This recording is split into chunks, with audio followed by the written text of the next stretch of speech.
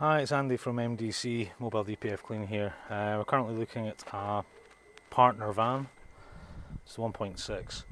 It's got a full DPF, but also when I go through the diagnostics it needs diesel additive in the tank, so I'll do a quick video on how to do that. So here we are, we're just looking through the fault codes just now. So we've got a particle filter detected as clogged, overloaded, additive on the FAP, so that's the tank at the back, which I'll show in a minute.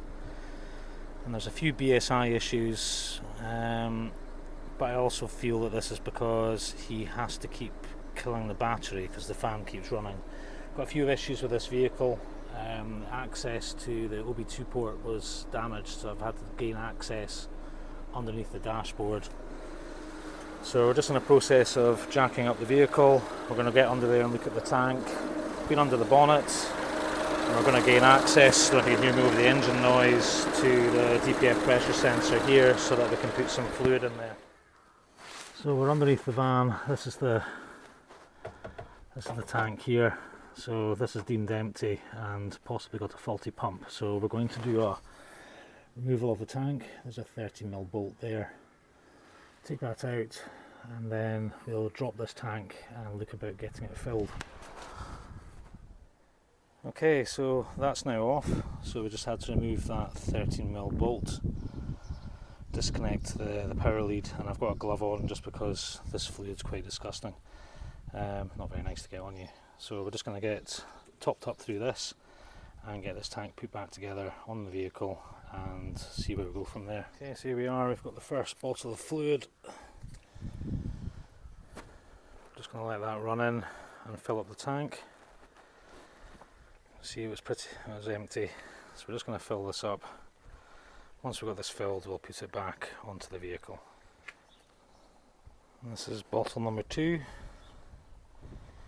Once this is all filled up, as I say, we'll just get this all reconnected. I'll try and show a bit in the video about where everything goes. Okay, so we're just under the van, we filled up this tank. So it joins up in these grommets and that one bolt which go up here. This connector goes into this side along with this fuel hose, I suppose you call it. So that just plugs back into the tank. I just need my 2 hands to do this. So that's the tank back on. So it's a 13mm bolt up here, and on top there's those plastic recesses, so you just have to push it back, and it's a bit of a wonky angle. The tank's all in, just going to reattach the shield and then we'll get back into the vehicle. Okay, so got our compressor. I don't know if you can hear me from all the noise, but I've got my compressor. Got the DPF cleaning solution in the gun, and we're just going to go into the pipe before the DPF from the pressure sensor. So we're just going to spray this fluid in. And eventually we'll start seeing some smoke and foam coming out the back. There's a lot of high pressure in here, so I'll need both hands just to keep the gun from flying off.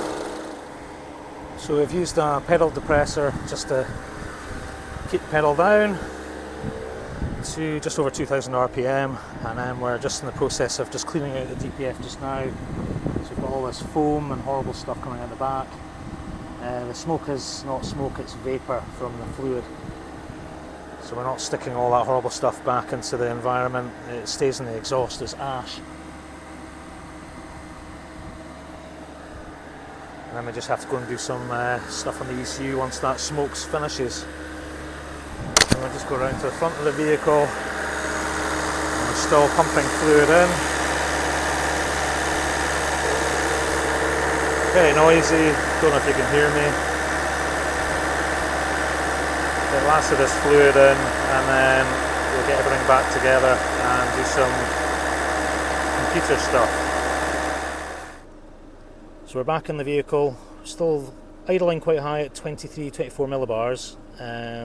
It's quite low in other things, but we are on 0 kilometers left on the DPF, so it's timed out. These usually start at 180 kilometers, so it's timed out with this vehicle having 174,000 miles on the clock. So we need to get that reset to allow this clean to be successful. So like with all these vehicles, I've had to bring out another scan tool, so this auto fix is quite good.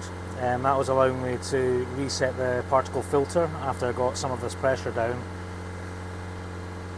So that's now reset to 180,000 kilometres are left on this DPF. It's reset to the grams of soot, and the ash level's back at 0 as well.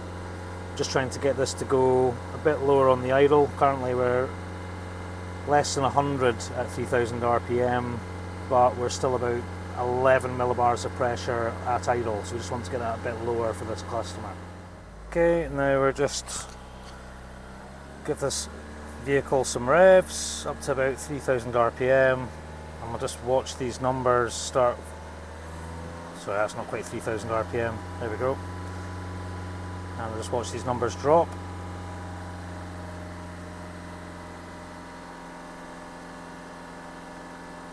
Ideally we want to get under 100, and then just keep this going, get it as low as we can. Whole bunch of smoke.